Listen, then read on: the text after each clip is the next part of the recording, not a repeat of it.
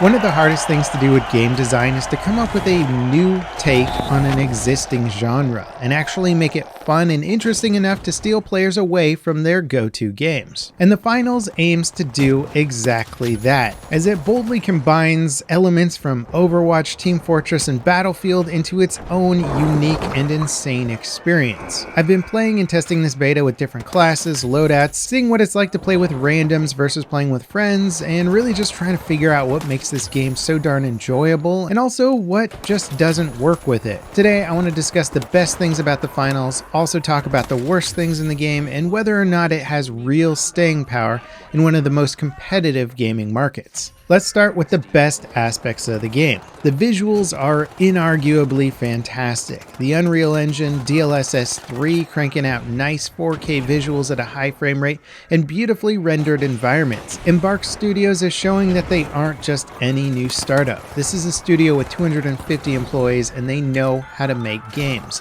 The gun models look great, the animations are clean, and even the UI is really fun and cleanly designed. The style is also a visual treat. Generally speaking, I don't love the idea of shooters with somebody in a panda suit running around with an RPG, but oddly, it works in the Finals due to the game world environment. If you had a Ready Player One style FPS tournament, people would be decked out in all their crazy cosmetics, and it just seems to fit into the zany arena world and doesn't make it any less intense. You can have a serious character, you can have a goofy looking character, or anything in between. It's a video game that's intended to exist within a VR world, complete with announcers, hype, fame, and cash prizes. And one of the most satisfying elements in this newly created reality is how your opponents explode into coins upon death. The kill confirmation sound of the coins exploding and the visuals of shiny gold scattering across the floor or through the air is just a chef's kiss to a perfectly designed feature. Now, certainly if you've seen any of the trailers for this game, you've probably been drawn toward the dynamic destruction element in the gameplay. And it's pretty much impossible to ignore the fact that Embark is largely built with ex-DICE developers. And at one point, not even that long ago, Battlefield featured very high levels of destruction, which unfortunately it no longer does with its current title. So seeing a brand new game from ex-Battlefield developers that features destruction on a level that Battlefield players can only dream of does lead you to wonder if many of the programmers working on that tech left to form Embark, and that's why we're seeing it degrade in some of the latest Battlefield games.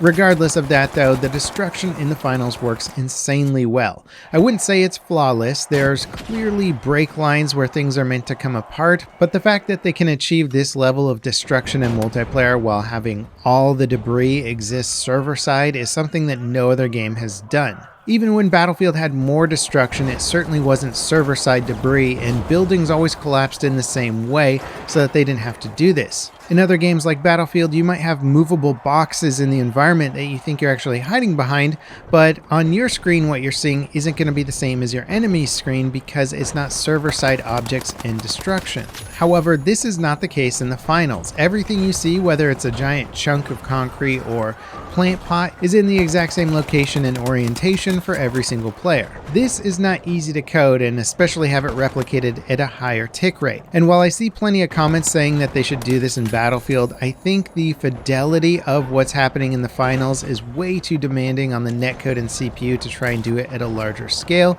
It probably wouldn't work, or at least would have to be massively scaled back to similar levels that we've seen in previous games. Now, in terms of gameplay, the destruction works really well and leads to all kinds of amazing moments. From the floor being blown out from under you to roofs caving in, there's moments where your feeling of security just evaporates as a giant explosion demolishes the structure that you were using for cover. Most things in this game can be completely destroyed, which gives you just a new sense of freedom in how you interact with the environment. That said, the gameplay also draws players to a lot of wide open engagements where environmental destruction isn't quite as heavily featured. Fighting in the park can cause, say, the environment to catch on fire, which does look cool and it'll spread, but it's not quite as impressive and sometimes can be a bit more annoying than it is enjoyable. Open areas and large courtyards can be real challenging for players to cross and can lead to slightly more stagnant gameplay with less destruction. But when the action is happening between buildings and in rooms, watching the environment transform mid-firefight is always stunning, and it really does reward the player that can incorporate and adapt to this destruction happening all around them. Another thing that works incredibly well is fast defense setup. When you get to a cash out site, it takes a while before that money is actually cashed out and you have to defend the point. Players can set up remote turrets, mines, launch gooey foam onto doors and windows. You basically have a lot of fun tools to quickly fortify an area. And when your defenses work properly, it is extremely satisfying. It's kind of like Team Fortress, but without all the boring hammering and wrenching to upgrade stuff, and you can quickly set up and fortify a new building in just a few seconds. Now, what fuels all of the combat in the game is the cash out game mode. This is an area of the game that I've seen a lot of critique toward, and I can understand why. And while I do enjoy the concept of fighting over the money boxes and having that being the primary motivator for what you're doing in the game, cash out's design can often lead to a lot of downtime between combat and even reward teams that get lucky or just are able to avoid combat altogether. Generally speaking, I think it's good game design in a combat FPS to reward players for engaging in combat and winning firefights. But Cash Out offers very tiny rewards for actually winning a firefight and instead punishes a team that gets wiped by massively reducing their total cash pool, giving the team that's actually winning way less incentive to try and engage other teams. And the 4-team free-for-all setup leads to a lot of triple team engagements as well, while a 4th team effortlessly grabs all the cash and wins the game. This actually happens a lot, as statistically it should. The mode creates endless third-party situations, and considering the long TTK and difficulty of fighting just a single other team, fighting 2 teams at once or back-to-back can be incredibly difficult unless there's a huge skill gap between those teams.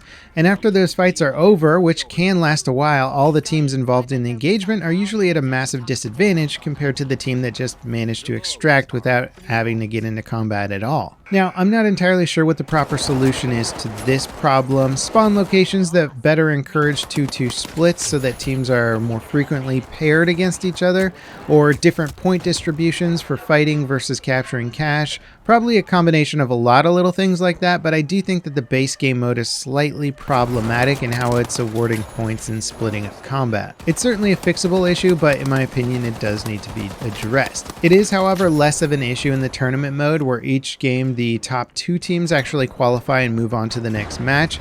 This way, if you're a good team but you actually get third-partied the whole match, there's still a good chance that you may qualify and move on to the next round. But this still isn't really a perfect solution in my opinion, and it certainly doesn't help with the quick play mode. I found that many of the rounds that my team ended up winning involved more downtime between the action and less fun moments compared to the ones where we ended up losing. And in my opinion, this isn't a good thing, and I think it'll be one of the bigger challenges for the developers to try and figure out before pushing the game to a fully live state. I also found the game to be quite difficult or frustrating to play when matching with randoms, just because of the tight focus in combat and getting vaults extracted, not having your team all working together or communicating over VoIP. Then again, this could also be new game syndrome, where as more players start to understand the meta and nuance, it could work better without needing quite as much communication. But it does make the game a little harder to approach when you just want to casually hop on and have some fun. If your team's not working together, it could actually ruin your fun. Also, on multiple occasions, I saw players leave my team when we just didn't get the first vault extracted.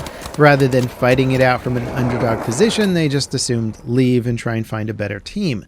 This was especially frustrating in tournament modes where you might be several matches in only to have a teammate leave mid-match, pretty much guaranteeing a loss, and that slot wouldn't get filled up by another random player. And I would imagine that because the game's still in beta, many of the features aren't online, like the ability to rejoin a match that you crash out of, or just having another player fill in your team slot so that you don't have to continue an entire tournament one player down. Now, I will say that one of the best things about the finals is this tournament mode. With 4 matches, each lasting 8 minutes and 16 teams starting at the beginning, the finals gives you a fantastic formula to ultimately pit the 2 best teams against each other in a 30+ minute long automated tournament format. It's a great way to take a smaller game mode with tighter combat and turn it into a bigger event with an almost royale-like sense of progress and hype leading up to the last match. In my opinion, this is a fantastic formula, and it'll be even better once they're able to sort of further refine the base mode. Now, one of the other major problematic areas of the game right now seems to be weapon balance and gadget balance. Obviously, this is a beta, so I expect tons of more balance before the game hits live, but nonetheless, it does seem to be in a pretty rough spot at the moment. moment.